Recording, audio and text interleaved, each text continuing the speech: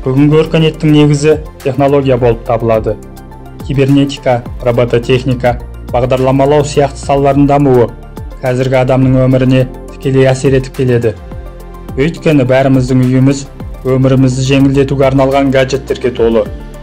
Осыдан бірнеше жүздеген немесе ондаған жылдар бұрын бүгінгі күндегі қарапайым технологиялардың көпшілігі болашақтың мүмкін емес технологиялар сияқты болып көрінген болатын.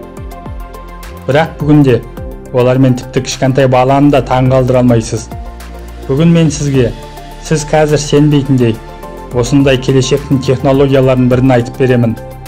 Болашақта пайда болатын бұл құрылғының аты нанофабрика немесе наноассемблер деп аталады.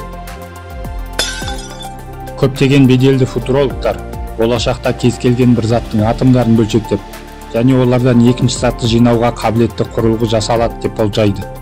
Мысалы, мынандай үлкен тасты құрылғының ішіне саласыз. Ал ол құрылғы оны ұсақ атомдарға бөлшектеп, кейін одан сізге, мысалы, алма жасап шығарады. Бұл қалай болуы мүмкін? Шын мәнінде тас та, алма да осы дүниедегі барлық басқа материалдар сияқты атомдық деңгейде бір-бірінен ерекшеленбейді. Олардың барлығы протондар мен нейтрондардан және электрондардан тұрады. Ең бастысы, осы микробөлшектерді бір-бірімен байланыстыра алатын машина жасау. Және содан кейін сіз өзіңіз қалаған нәрсені жасап шығара аласыз. Ғалымдар бұл ғажайып өнертабысты нанофабрика немесе наноассемблер деп атады. Кейбір әуесқой адамдар бұл бос сөз, мұндай нәрсені жасау мүмкін емес. Ол физика заңдарын бұзады деп айтуы мүмкін. Бірақ шындығында олай емес. Шын мәнінде заттарды молекулаларға бөлшектейтін, содан кейін оларды фантастикалық түрде қайтадан жинай алатын нанобот қазірдің өзінде бар. Табиғат мұндай құрылғыны ежелгі заманнан жасаған болатын. Бұл рибосома. Рибосома бешбармақты гамбургерді, сүтті коктейлді немесе қуырдақты алып, оларды 9 айлық нәрестеге айналдыра алады. Біз үшін тіпті табиғат нанофабрикаға ұқсас нәрсені бұрыннан жасаған болса, адамзат баласы да болашақтың бір күні міндетті түрде осындай құрылғыны ойластырып шығарады. Ең қызығы, бұл ғажайып машинаны индикатор ретінде бағдарламалауға болады. Ол өзінің көшірмелерін жинап, нанофабриканың сериялық өндірісін мүлдем тегін қылып тастайды. Бастапқыда бірінші нанофабрикалар рибосомаға ұқсас тек молекулалармен жұмыс істеуі мүмкін.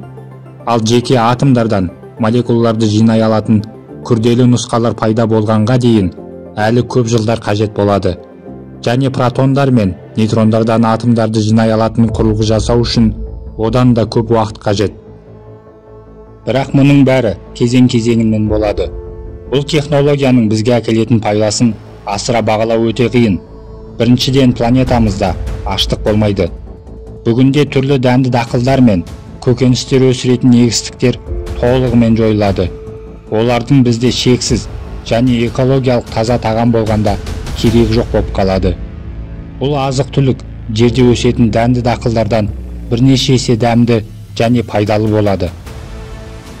Босаған полялардың орнына үйлер салуға ормандар егуге болады, және бұл әлде қайда пайдалы. Осылайша планетамызда бірнеше 100 миллиардтан астам адам өмір сүре алатын болады. Ақырында адамзат еті мен жүні үшін байғұс жануарларды өлтіруін және ағаш алу үшін ормандарды отауын тоқтатады. Сондай-ақ наноассемблер жер бетіндегі барлық соғыстардың көзін жояды. Өйткені саясаткерлер жоғары моральдық сөздерді жасырса да, кез келген соғыс біріншіден экономикалық себептерге байланысты басталады. Мұнайды, темірді, көмірді және тағы басқа табиғи ресурстарды өндірудің мәні толығымен жойылады. Заводтар мен фабрикалар жабылып, миллиондаған адам жұмыссыз қалады. Бірақ аштықтан ешкім өлмейді.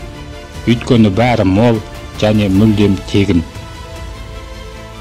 Бұл миллиардтаған адам аштан өлмес үшін ғана барып жүрген өздеріне қызықсыз жұмыстарынан бас тарта алады дегенді білдіреді.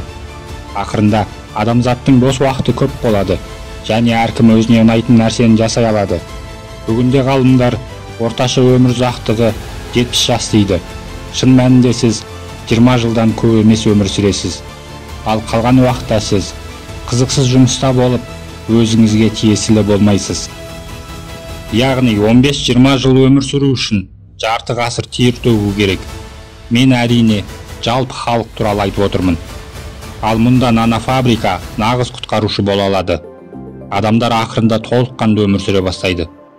Себебі қазіргідей өмір сүру үшін жұмыс істеудің қажеті болмайды. Ролигімнің соңында Серікжан Біләшұлының мына сөздерін ұсынамын.